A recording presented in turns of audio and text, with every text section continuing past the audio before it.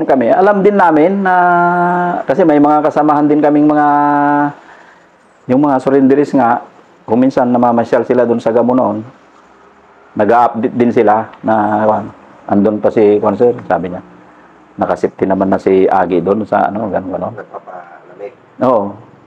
Saka maraming magtatago sa kanya doon talaga sa kasi halos ng Cagayanos noon nakuha niya na yung simpatya Kasi nung governor pa lang siya noon, pumupunta kami sa Carig Hospital.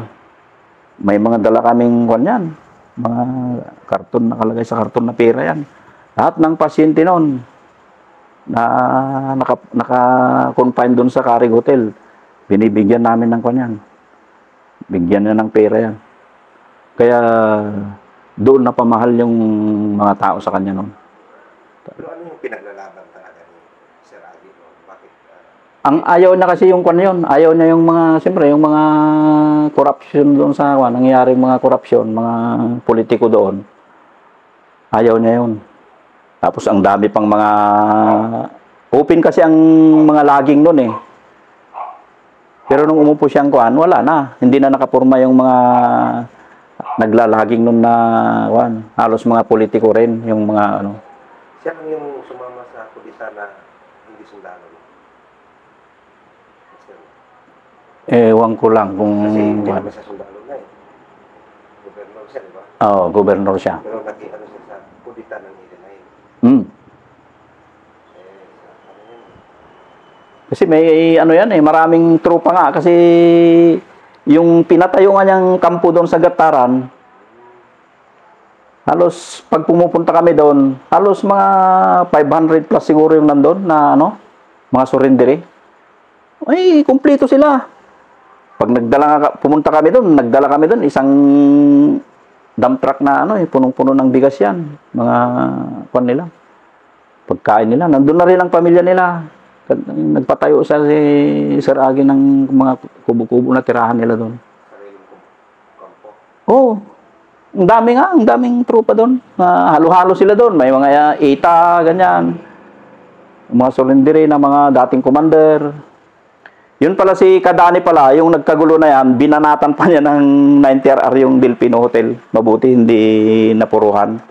Lumusot lang doon sa bintana ng Kadani. Oo, kasi may dala-dala kaming 90RR yun Yun ang isang warrior din na commander doon dati. Surrender na yun? Surrender na.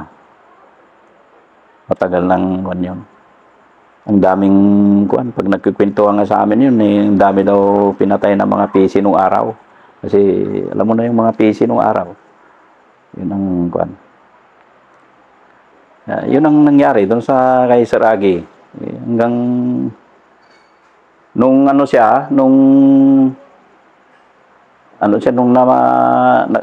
parang naparulan na siya, pumunta pa rin kami doon, tinatawag niya kami. Doon sa mayroon kasi siyang nakuhang farm dito sa barangay, Libag.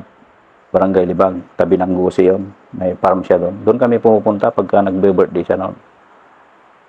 Active pa kayo noon? Oo, active pa kami noon. Hanggang namatay siya, yun, pumunta pa rin kami doon. Kasi pinatay siya nung hindi namin alam kasi alam mo mga politics noon, marami ring mga bata-bata na. Bata pa yun. Baka wala pang yun noon. Baka wala pang 50 yun noon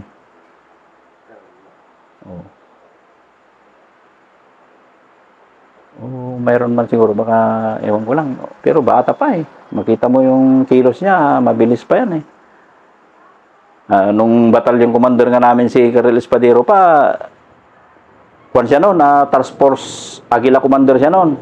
Si Aguinaldo. Doon sa Cagayan. Kasama namin dyan na, nag-ooperate. Nung sinunog yung university sa Gonzaga, from Gataran to Gonzaga, nilakad namin yan. Ang layo yun. Kasama namin yung isang kumpanya, yung second company na Ranger. Kasama namin yan. Tapos nagkakantsawan pa yung dalawa, si Batcom namin, saka si Aguinaldo. Kasi si Aguinaldo, tinatanggal niya yung boots niya.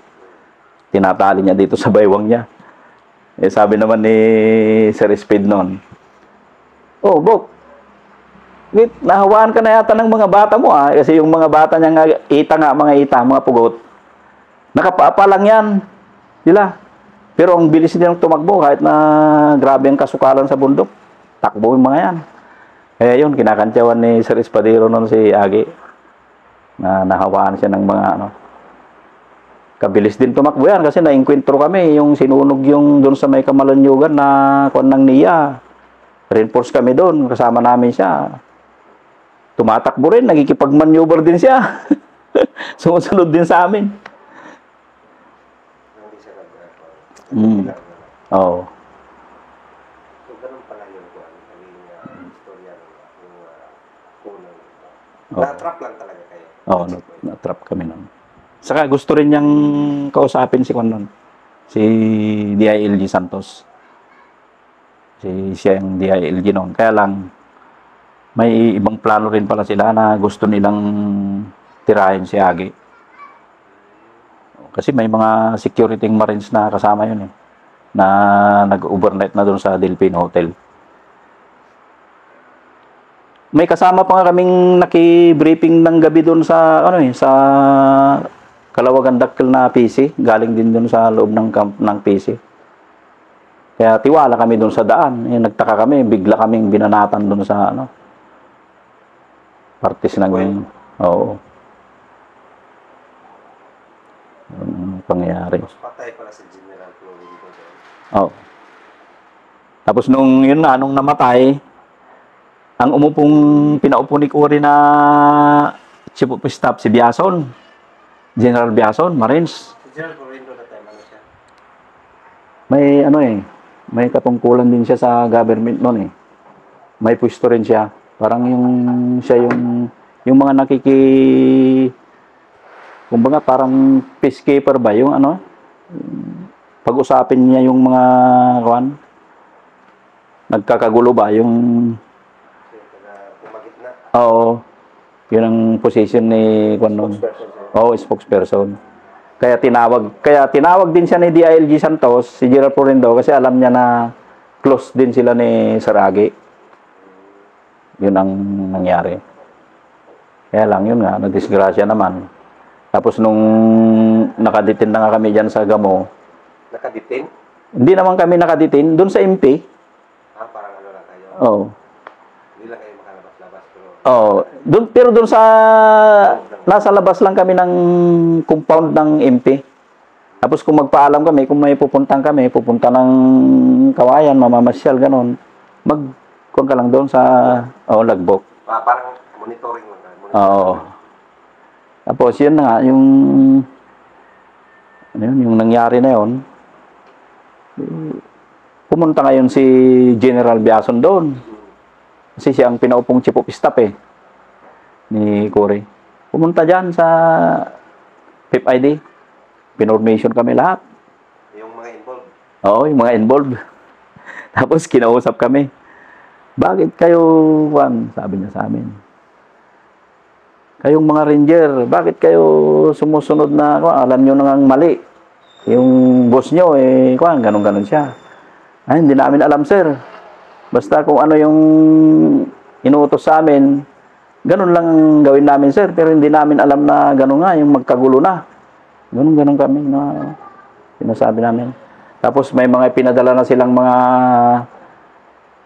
yung mga nag-investiga doon sa kinapangyarihan ni Juan, General Florindo.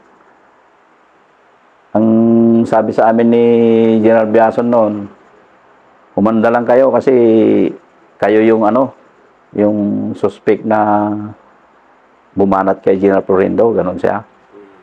Pero yung mga tropa namin doon sa ilalim ng Delphine Hotel na kasama ni General Florindo, talagang hindi namin yan, sabi nila. Galing ng taas ng second floor ng Hotel Delfino, yung bala. Nung yun nga, yung tinusok-tusok pa ng mga yung mga ISAP yata yung mga yun, yung NBI, kung saan nadapa si General Florindo. Yung tusok, patayo. Yung stick. Kaya, Kinan nila, galing sa taas ang bala. Kasi tinamaan sa likod eh. Kaya, kuhan kami doon, absuelto kami doon. Hindi sa amin galing yung ano, sa mga tropa ni Aguinaldo. Galing talaga sa taas. Tropa niya. Ni yung mga bata ni security ni DILG Santos. Yun ang DILG noon eh, si Santos. Mga bata niya talagang tumira. Saka sabi naman ng mga kasama namin talaga, nung binanatan nga sila, yun na, yung sabay nung pagkadapa na ni ko, ang alam nila, nadapa lang si Gerald Pulido, pero may tama na pala. Yun, parang wala lang, nung ganun ang investigation nila, parang wala lang, na absuelto kami, wala kaming ano doon, na hindi sa amin galing yung disgrasya sa ano. So yun yung isa sa kamasan mo nung politika. Oo, buddy. Kaya, magpasalamat na lang ako at least nakapag-retire din ako ng maayos. Tapos yung, buddy, yun nga, yung nangyari na ako, ikwento ko lang, ano may kwento. Yung sa pag-report ko doon sa noon, after ng training ko noon, after ng training ko, yung third class training, 6 months, pumunta kami ng Camp Aquino. Nag-stroke kami doon. Ng Scout Ranger Orientation Course. Ang CEO doon, si Captain, that time, Captain Rirao. General Rirao. Ngayon. Doon, nag-stroke kami. Pagkatapos ng stroke namin, bali 9 months yung training namin, buddy. Yun nga, pagkatapos ng training namin, report kami sa 17 IB na nga. 9 months ang stroke? Hindi, 3 months. Third class yung 6 months namin. Pero yung 6 months na yon, parang ano, hindi ako nakakontento sa pagtuturo doon sa about sa labanan ba. Ang natuto ako doon sa stroke kasi mga solid na ranger na yung humawak doon sa amin eh. Yun, hinasa na talaga kami doon. Sino yung mga instructor niyo doon? Yun, si Master Ulep, yung isang nagpa-interview. Yan, mga sarhinto yan, sila. Class 24? Oo. Tapos yung mga iba, class 18, ganyan. 19. Tapos yung, ewan ko, class 30 yata yun si Sir Rirao eh. Classmate ni Master Pulig. Saka si Sir Franco. Tapos si Lieutenant Pante. Yan, Captain Pante. Ewan ko anong class yun. Yun, nung pagkatapos ng stroke namin, report kami sa pinick up kami ng 6 by. 47 kami na batch, nag-report sa 17 IB. Doon sa Magapit, Burubor, Lalo. Pag-report namin doon, mayroon pang kadaber doon na nadatnan namin. 7 na kadaber. Ano yun? Ambos. Sa tropa yun? Oh, for dispatch yun. Sabi nung si Corporal Narag, yung 6'3", galing Mindanao yun eh. Siya yung naka-escort doon sa Oh, pagpakaangka-angkay dito, ganyan ang mangyari sa inyo, sabi niya sa amin. Ganyan ang mangyari. Ayun, pagbaba namin, kinaumagahan, pinormation kami. Puro ranger na naman yung mga long hair talaga, yung nagpa-formation sa amin. Parang ni-reception kami ng ng retraining ng 45 days. Pero pinawithdraw kami ng baril na yan. Kanyang baril. Tapos, tinakbo kami. Pero, critical non-body doon. Kaya lang, may mga nag-bakod sa daan. Nag-RS sila. Baka may mag-ambos. Pero may mga baril na kami yan. 45 days na kami. Yun, nung dinispatch na kami sa mga kumpanya. Pagkatapos yung retraining. Kaya ang daming mga ranger na nag-alaga rin sa amin doon. Pag-report ko na naman sa kumpanya sa Lasam, ang CEO ko si Lieutenant Ferrer, yung class 81. Nawalop din yung kumpanya namin na yon doon sa Lasam. Walop din siya. Tapos nung may in-strike kami sa Barangay Biga, 7 lang kami, buddy. Isang corporal, team leader namin, tapos 2 private. Tapos, 4 kami na magkakabats na first class kami noon. Di ako pa yung lead scout eh. Pag move namin na ganyan, bigla kaming binanatan na naman doon. First verse yung yung putok na yun, yung first verse. Nangisay na yung team leader namin. Talagang nanginginig na siya. Napuruhan siya eh. Doon sa likod namin, pangatlo siya. Ako, yung kabats ko, si Dumlao, tapos siya, yung corporal na team leader namin. Kagagaling pa niya ng ng Mindanao. May schedule pa siya kasal. May Schedule siyang ikakasal. Eh, siyempre, nawalop na kami, yung ang daming nakalabas na tropa, inkwentro pa sila sa ibang barangay. Yun nga, may impo na bigla na dumating. Kami naman ang nakapos pa nga ako doon sa post namin eh, doon sa CP, sa kumpanya. Binunot pa ako. Binunot kami ng kabats ko kasi wala na nga eh. Yun na, yung nangyari na yun. Yung M16 ko nga eh, pero maganda yung mga M16 nung araw kasi mga Hydra, mga US talaga. Yung dalawang magasin na pinagdugtong ko, yung nangyari na yung naputukan, parang 3 press lang yung ko eh. In-automatic ko talaga eh. Change magazine ulit. Hanggang nagtakbuhan na yung mga NPA kasi malapit lang. Hanggang dito lang yun sa bakod, wala pang 10 meters. meeting engagement. Hindi, nandun na yung nagpapahinga na sa bahayan yung NPA. Naghihintay ng nagluluto yung yung kakain siguro sila. Yung pagdaan namin doon sa may daanan na maliit, tapos sagingan, may bahay, yun, nandun sila. Kala namin wala sila doon. Nagkaang wala ganun. Wala eh, mga pa eh. Tapos, biglang, yun nga, yung pumutok na nadali pa yung team leader natin. Abol yung fire siya. Bull yung pan talaga. Pak. Talagang yung pagputok na yun eh, tingnan ko yung nangingisay na yung corporal na team leader namin. Inupakan ko na rin yung bahay. Talagang yung dalawang magasin nga nalong eh, ubus agad yun. Yung pagbanat ko, yun, nagtakbuhan na sila. Pag-search namin dun sa bahay, mayroong 2 na naiwan na body count. Meron pa kayong Nadali namin yung 2. body count? Oo. Pero may baril. May baril. Isang baril lang yung nakuha namin. Mga lumaban pa rin pala kayo. Kasi ang posisyon nyo hindi naman ganun kaalangan. Mga sagingan lang yung namin. Sagingan lang yung parang pinakabakod kasi nung bahay na nadaanan namin yun eh. Sagingan dun sa harap niya. Mas maliit na daan na doon kami parang lakad takbo na kasi ang tinuturo ng sibilyan doon pa.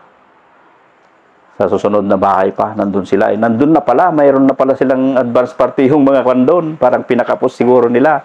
Yun ang bumanat sa amin ngayon. Nagpapasalamat din ako na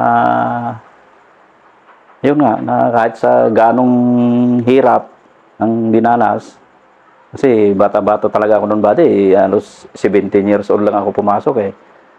Tapos at the age na 19 years old eh, yun na, grabe ng labanan ang napuntahan. Papasalamat ako lalo sa mga mentor ko yung mga ranger noon, yung pinaka-father namin sa batalyon noon, si Master Gante, pinakatatay namin yon na first sergeant pa namin, class 19. Saka si Sergeant Bailin, class 18. Lahat yung mga doon, mga senior na namin doon, nagpapasalamat ako sa kanila. Sila Master Franco, Master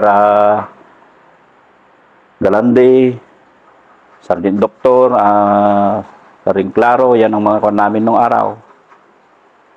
Nagpapasalamat ako sa kanila kasi maganda yung kumbaga hinubog din kami lalo nung inorganize na namin yung Ranger.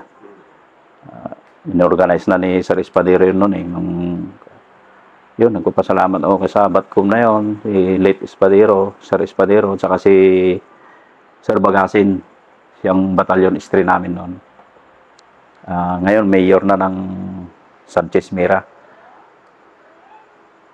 Pasalamat ako sa kanila. 17 IB yun. 17 IB yun nun, mali. So, yun lang Master. Salamat din. Okay. Sige, sige man. Boga. Ranger Buga!